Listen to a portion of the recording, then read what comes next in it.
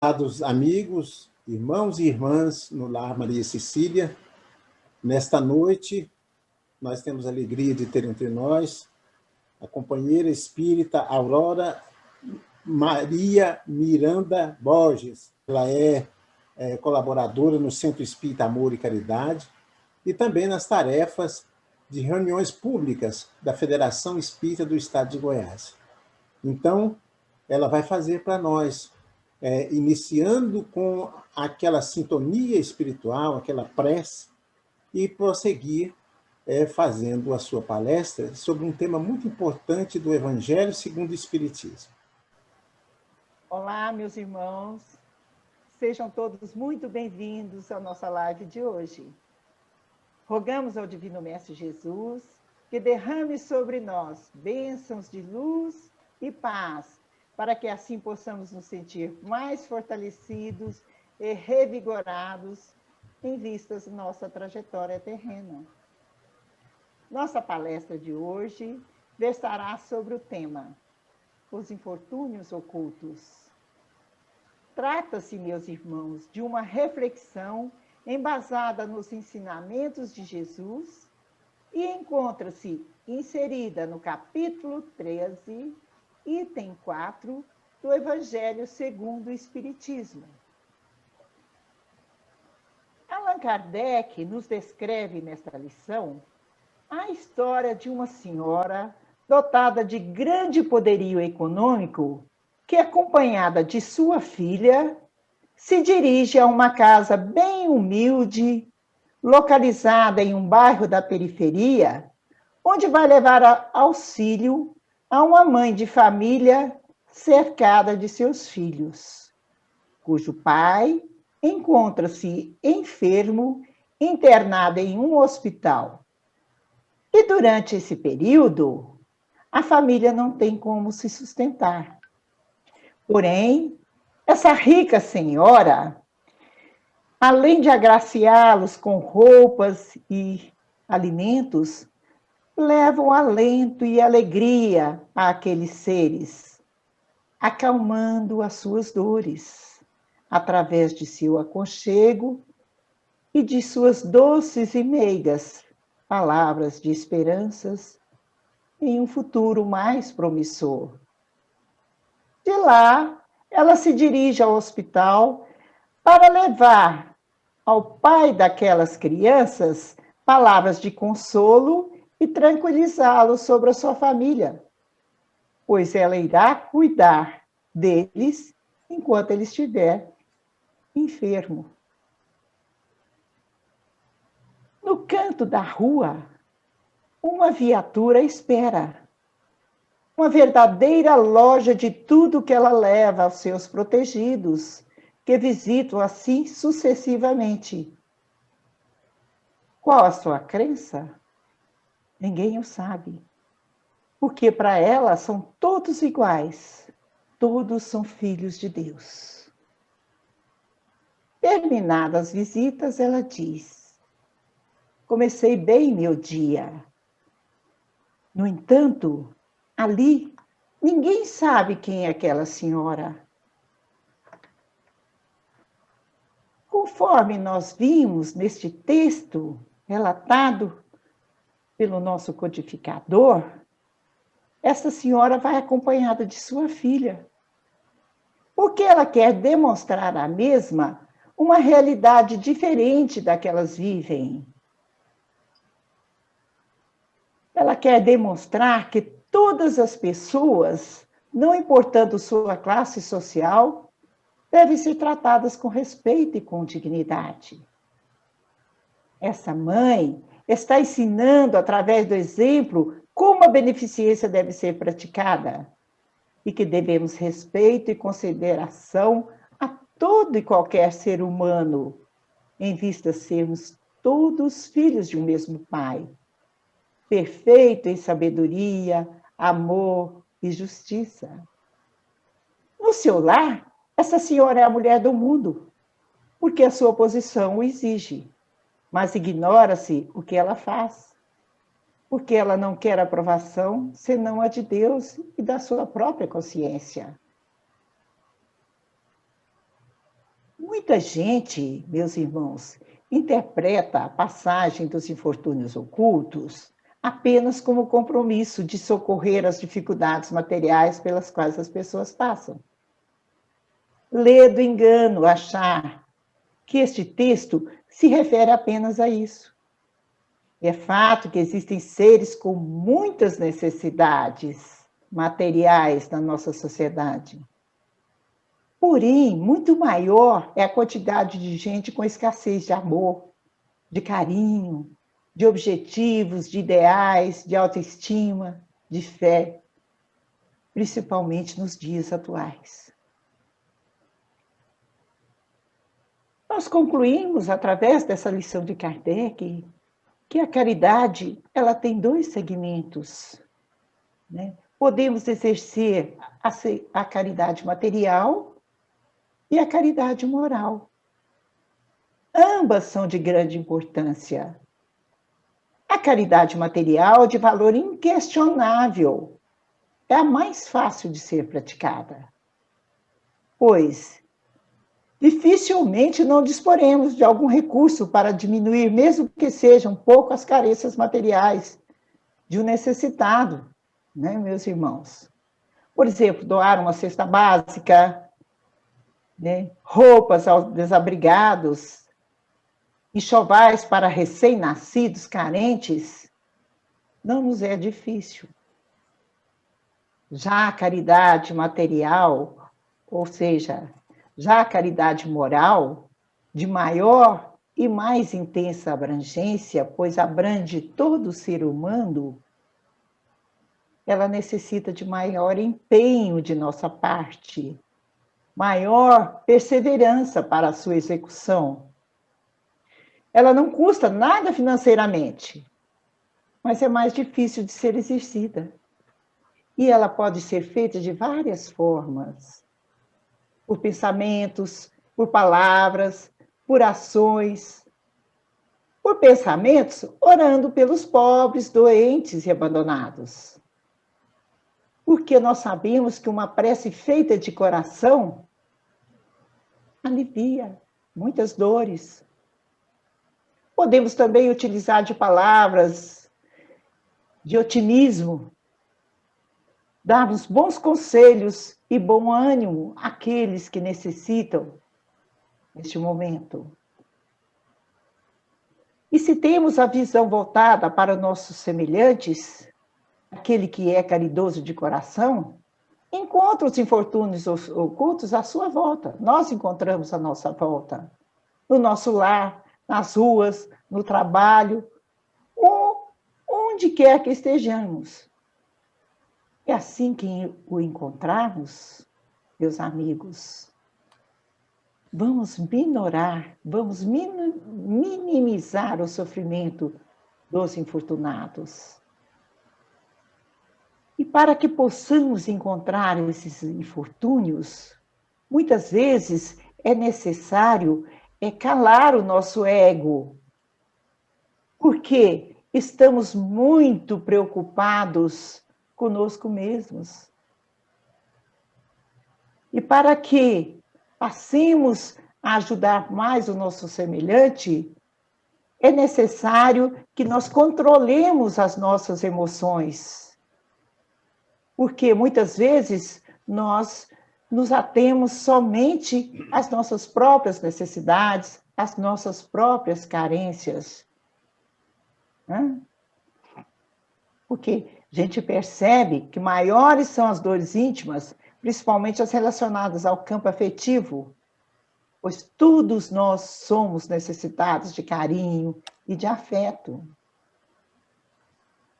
E os nossos irmãos hoje, talvez pela ignorância de não se ter uma fé, né, parte para o alcoolismo, parte para alucinógenos, para o sexo desmedido, e procura fugir da realidade, até mesmo de seus próprios problemas, através do trabalho desmedido, se jogam no trabalho para fugirem através das ocupações de todo dia com as coisas externas, de forma que não tenha mesmo que encarar o seu eu interior.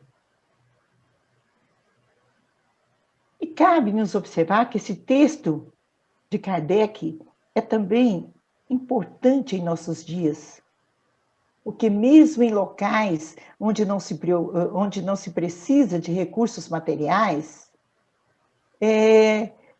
podem existir os infortúnios sociais e morais, que podem ser abrandados ou resolvidos. Se houvesse um relacionamento maior de amizade entre vizinhos, parentes, conhecidos, colegas de trabalho, um maior interesse em ajudar uns aos outros.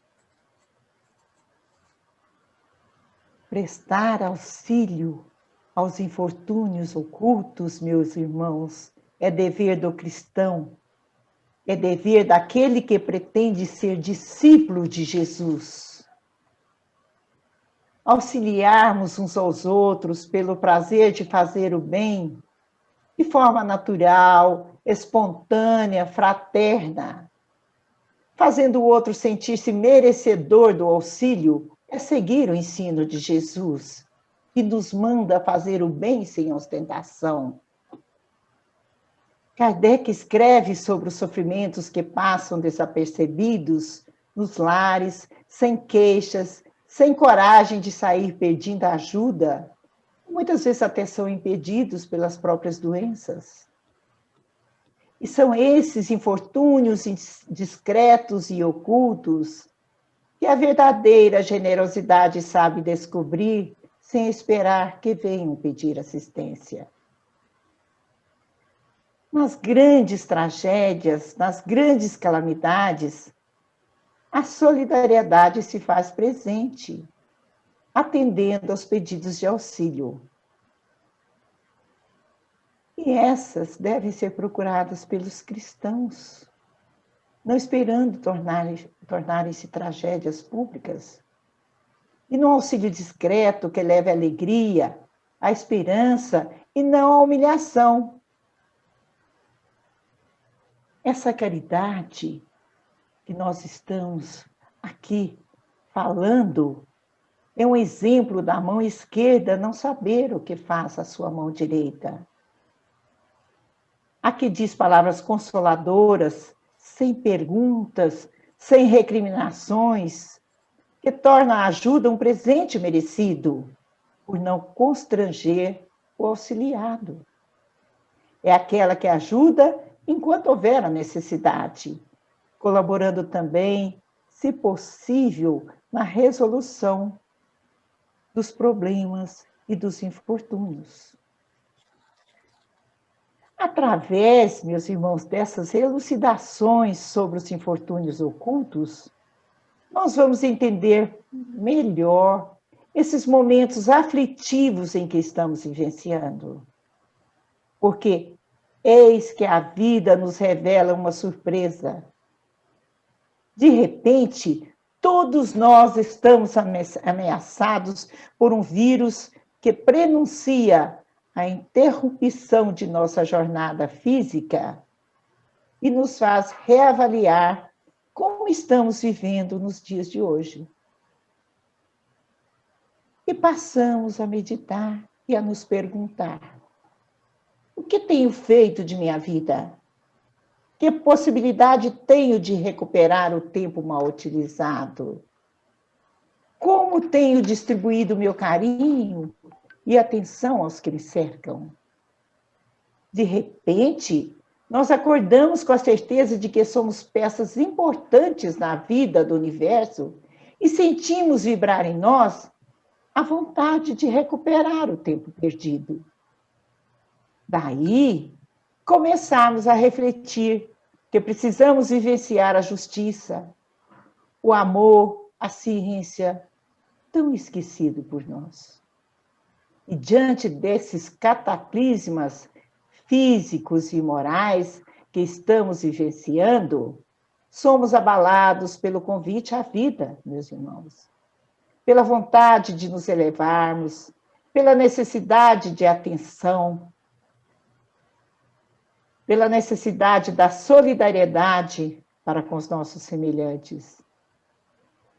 E assim nós chegamos à conclusão que para galgar os primeiros degraus da ascensão espiritual, é necessário que nos tornemos mais suaves, mais ternos, mais tolerantes e mais amigos.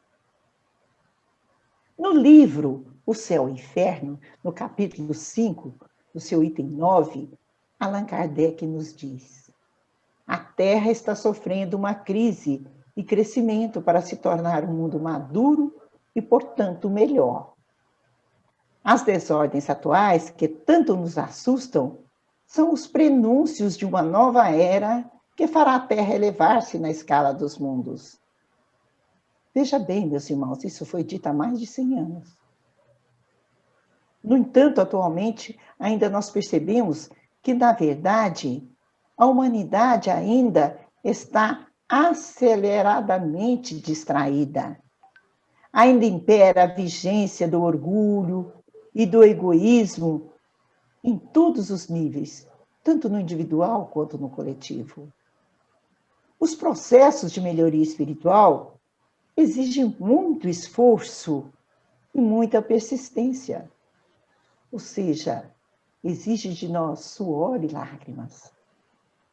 O grande empreendimento do indivíduo transformar-se em pessoa melhor se faz por meio da superação de provações existenciais que nos revelam cada vez mais desafiantes. Porém, não se trata de castigo nem de punição. Esses flagelos destruidores é, pois, equívoco acreditarmos que seja o castigo ou punição divina. Porque Deus é bondade, é justiça, Ele não pune ninguém. Essa visão panorâmica dos processos de melhoria espiritual que o ser humano enfrenta em decorrência de tragédias, de catástrofes que atingem toda a humanidade, é consequência natural, meus irmãos, da lei do progresso, que faz evoluir intelectualmente e moralmente. Nada tem de punitivo, nem reflete a ação demoníaca, que chega até a falar em juízo final. Não, não é isso. Trata-se, obviamente, de uma simbologia. Esses termos utilizados como final de mundo, como juízo final. Né? Por quê? O que a humanidade terrestre vivencia é uma era de transição necessária para que possamos viver em outro nível evolutivo da era de regeneração. Antes de se instalar esta pandemia, nós estávamos assistindo o desdobrar de males altamente virulentos que estavam corroendo as sociedades. O ser humano estava se tornando a cada dia mais materialista, mais ávido de poder, valorizando mais o ter do que o ser, preponderando no coração das pessoas a avidez. Os valores éticos, os valores morais estavam sendo esquecidos. A sede do poder estava se disseminando entre os povos de todas as nações. E a vida, meus queridos, é mais do que isso. Com a chegada inesperada desta pandemia, tocou os povos de todo o nosso planeta e fez com que a humanidade se assustasse e parasse para se refletir. E forçadamente limitados pelas paredes do lar, nós voltamos agora uns para os outros. E isso não é castigo, nem aviso ou ameaça. É a consequência natural da aplicação da lei de causa e efeito, da lei do progresso, de outras leis afins. Nas grandes calamidades é que geralmente a caridade se desponta. E nós iremos perceber que generosos impulsos se manifestam para se reparar grandes desastres provocados pelo próprio ser humano. Daí, a concluirmos que nós, como cristãos e espíritas que somos, portanto, portadores de conhecimentos capazes de nos habilitarmos a sermos discípulos de Jesus, temos o dever de enxugar as lágrimas daqueles que ainda não enxergaram o verdadeiro sentido de nossa vida terrena. E nos diz Kardec, no Livro dos Espíritos, na questão 888A, que o homem de bem, que compreende a caridade segundo Jesus, vai ao encontro do desgraçado sem esperar que ele estenda as mãos. E nós somos já considerados homens de bem. Por quê? Porque já temos o entendimento e o conhecimento necessário para sermos rotulados de cristãos. No entanto, nós estamos sempre numa posição intermediária, isto é, sendo guiados pelos superiores que nos apontam caminhos de segurança e tendo a obrigação de ajudar aqueles que ainda necessitam de nossa cooperação. Inúmeras criaturas existem vivendo dramas e tragédias íntimas, no silêncio, sem coragem para expor seus quadros tormentosos. A estes é que devemos procurar para apresentar-lhes de muito boa vontade a nossa sensibilidade e compreensão em forma de socorro que possa aliviar-lhes os padecimentos, mesmo que seja um pouco. Muitas famílias hoje vivem sem o mínimo necessário para uma vida digna. O celeiro vazio, o fogão apagado, a doença presente, o agasalho muitas vezes escasso. E o verdadeiro homem de bem, que compreende Jesus, não espera pelo grito de socorro, antecipa suas providências em favor deles. Quantas crianças e adolescentes seguem pelas estradas da indiferença e do descaso, colhendo por esses caminhos a pior exemplificação moral possível. Ampará-los é o nosso dever, pois entendemos o valor da fraternidade. Idosos solitários, despojados do afeto familiar, muitas vezes apresentam quadros de penúria. E criarmos mecanismos capazes de diminuir-lhes os padecimentos e de fazer surgir momentos de esperanças é a obrigação de quem já tem plena consciência do amai-vos uns aos outros, que o Mestre sabiamente nos informou. Jovens sem rumo e sem perspectivas de vida trafegam pelas vielas sombrias das viciações tóxicas, vivendo um presente nefasto, um presente destruidor. Despertá-los e motivá-los para uma vida digna é dever nosso como cristãos. No entanto, meus irmãos, vivendo em um mundo onde o mal reconhecidamente ainda é maior que o bem, não podemos esperar que os necessitados de toda ordem gritem por socorro. Devemos, sempre que possível, antecipar as nossas ações solidárias e fraternas, procurando, com criatividade, utilizar todos os talentos que possuímos para plantar a felicidade nos corações alheios. Jesus Obviamente, não espera que solucionemos todos os problemas da Terra, mas, por certo, aguarda o nosso interesse pela construção de um mundo melhor, mais fraterno, mais solidário, mais humano.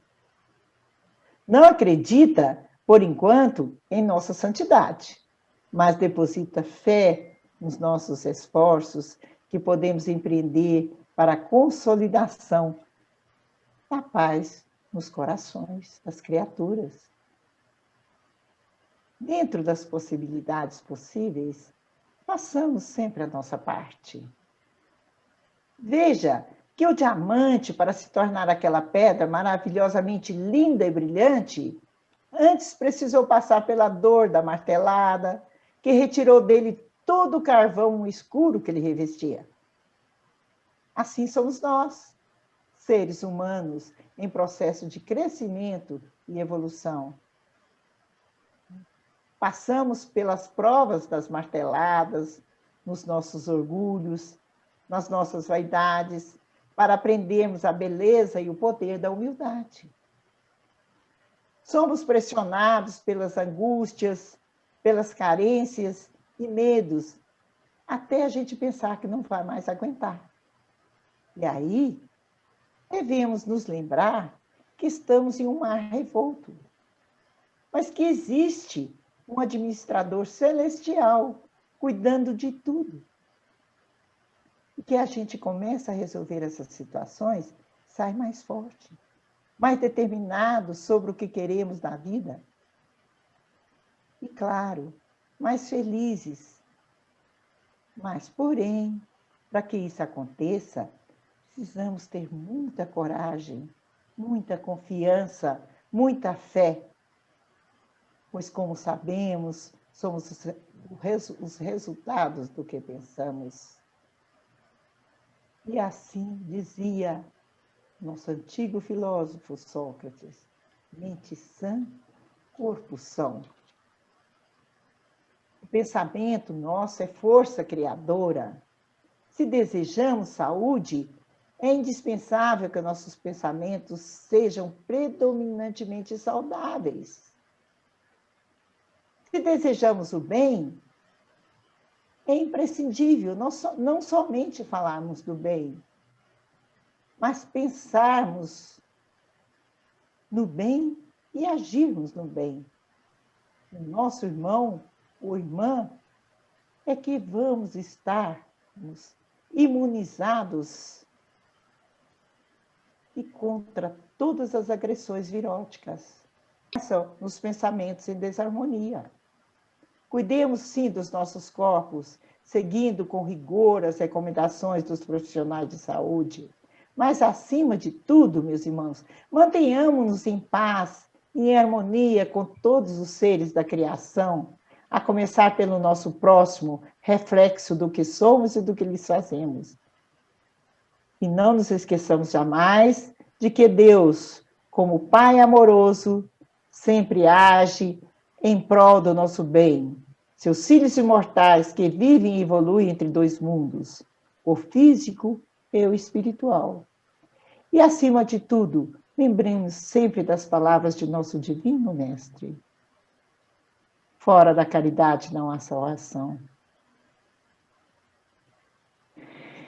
E é óbvio, se assim o fazemos, sempre iremos ser cada vez mais abençoados e mais protegidos pela espiritualidade maior. Que assim seja.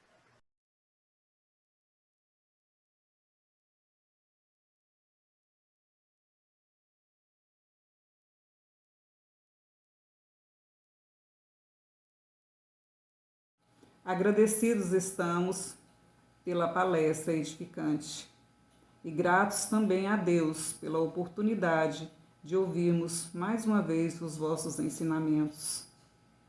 E emanados dessas energias, pedimos que o nosso Mestre Jesus, com a espiritualidade superior, derrame sobre as nossas águas o remédio fluídico necessário para cada um de nós, para que cure as nossas dores físicas, as nossas dores morais e espirituais.